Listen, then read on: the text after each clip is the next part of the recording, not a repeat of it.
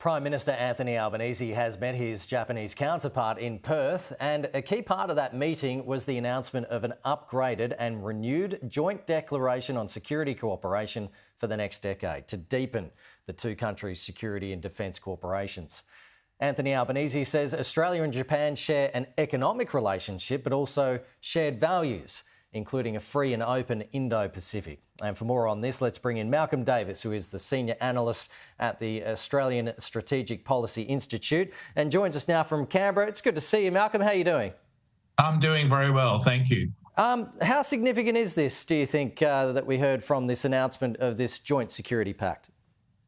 Look, I think it's really important. It's not a defence alliance on the same level as ANZUS, but it's heading in that direction. And I think it covers so many areas of ground in terms of defence policy cooperation, strategic policy cooperation and alignment, energy policy, trading policy, that it really strengthens our relationship with Tokyo in an important way and strengthens, most importantly, the ability of Japan and Australia to work together to counterbalance and deter a rising China. Yeah, you say China. So how worried is Japan about China, do you think? They are very worried, not just in terms of what the Chinese are potentially able to do against Taiwan, but also, you know, the Chinese do have a dispute with Japan over the Senkaku Islands in the East China Sea, which are Japanese territory. The Chinese claim it as their territory. These are literally rocks in the ocean, but what the Chinese want is the resources in the economic exclusion zone around those rocks. And so the Japanese are quite concerned about the potential for a direct conflict between China and Japan. And I think, Australia is too, and Taiwan is an awfully big issue there for both countries. And China's ambassador to Australia has been, a little bit more open compared to more recent times about wanting perhaps a reset in the relationship.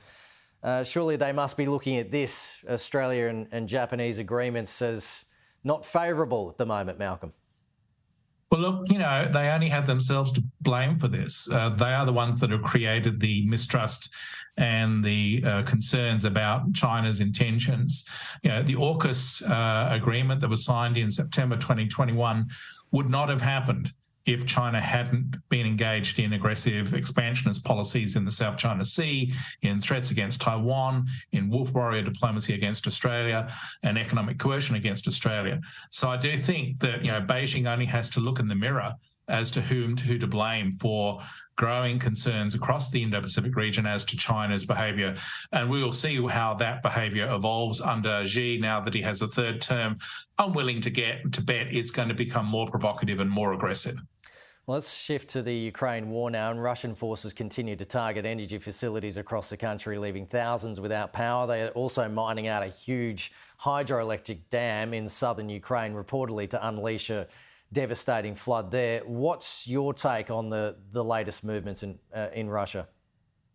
Look, it's very clear that the Russians have now thought through their options in the face of potential military defeat on the battlefield.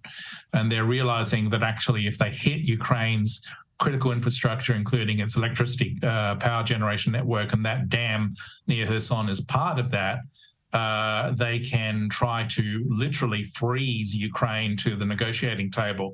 There's a winter coming on that's going to be particularly bad. If they can take out Ukraine's power generation capacity, then it's got no power to run heating or other essential services. They're hoping to break the will of the Ukrainian people that way. They're doing the same thing in terms of their actions against Western Europe with energy blackmail and their attacks on the Nord Stream pipeline.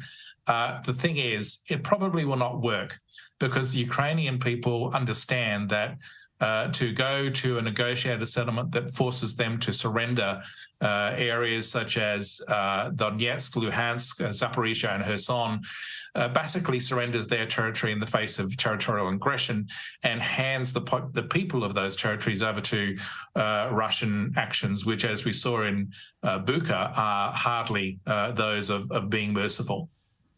If you read some commentary about this, Malcolm, some experts are saying that if the Ukrainians are successful in taking back Kherson, then it's over in a matter of days, if not weeks, for Russia, because then strategically they cannot win, but also that Putin's days are numbered. So is that how important that region is, and is that what we're going to see? I think it is very important, but I think Kherson is a means towards an eventual ability by Ukraine to retake Crimea. And I think it would be Crimea. If the Russians lost Crimea, that would be the end of Putin, certainly. I think Putin has a number of cards left to play in terms of potentially bringing some sort of additional reinforcements as a result of the mass mobilization, although they're hardly likely to be well-trained and well-motivated. He also has this energy blackmail, these energy attacks which he's undertaking that will sort of see what happens through the winter. And really the real test will come in the northern spring because you're already seeing the Ukrainian offensive slow down a bit. The Russians are digging in their defences. I think the mobility of the battlefield will increase in the northern spring, and that's when the Ukrainians are best placed to try and capture Crimea. And that, of course, is also the period of greatest risk when a Putin that is essentially cornered starts thinking about tactical nuclear weapons. Malcolm Davis, appreciate your thoughts as always. Enjoy the rest of your weekend. Thank you. Thank you.